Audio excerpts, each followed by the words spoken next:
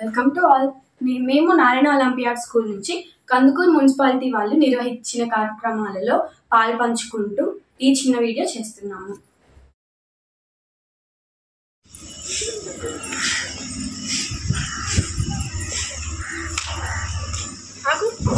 ఏంటా పని? తిని చెత్త పడేసాను, దాంట్లో ఏముంది?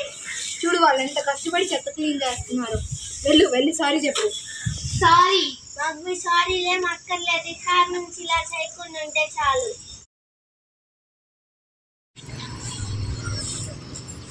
అమ్మయ్య ఈరోజు అక్కలేదు.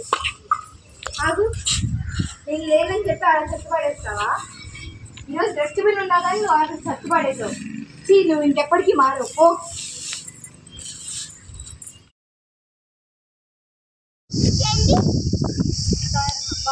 మళ్ళీ వస్తుంది. ఎవరు తన రోజు ఏదో తిని అలా పడేస్తూ ఉంటది.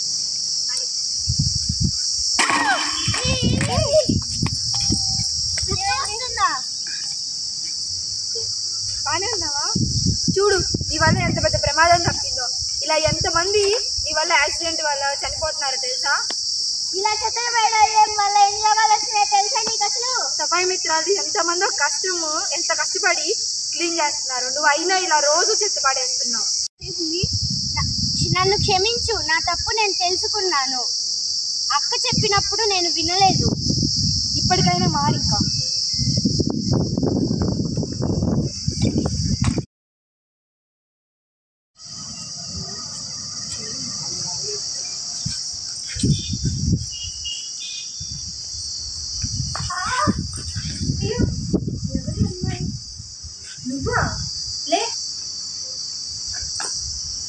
చూసావా నిన్న నాకు చేసి నాకు ఈరోజు నీకు జరిగింది. చూడు నువ్వు చెత్త వేయడం వల్ల ఎన్ని యాక్సిడెంట్లు జరుగుతున్నాయో. నీకన్నా మారు.